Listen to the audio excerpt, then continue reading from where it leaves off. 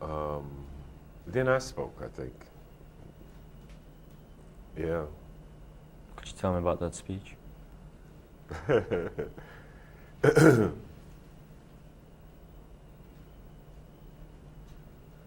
Well, as I said, I hadn't really prepared. I think actually, I've been preparing for 22 years to deliver that speech.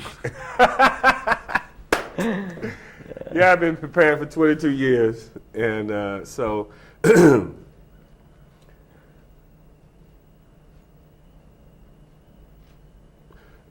I remember a couple of things that stands out, and I remember exactly what I said.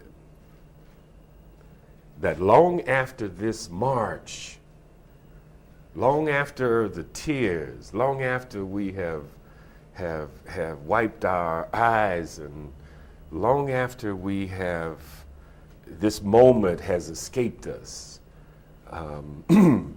we go back to our dorms and go back to our homes and go back to different places. I remember this very distinctly, that the same bitterness and anger and hatred that caused Dr. King's death, the same set of circumstances that required Dr. King to be who he was and to speak out on the things that he spoke out on, those things would continue.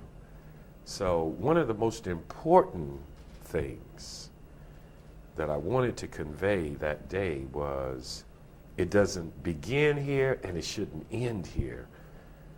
I remember that so very distinctly, because that was very important, that people recognize that this was only a moment in time here, but then they had their whole lives. They had to go back and to the dorms, and the same bigotry and racism that caused that, the same struggles that people of color were going through, was going to continue. So this couldn't be just a knee-jerk crying moment and then we go back to business as usual. I wanted to convey that, and I think that was the central theme of that that message.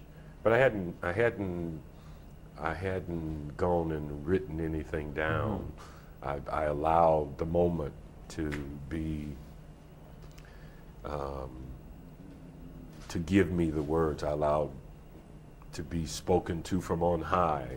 It was important to be in the moment, so I was in the moment when that occurred.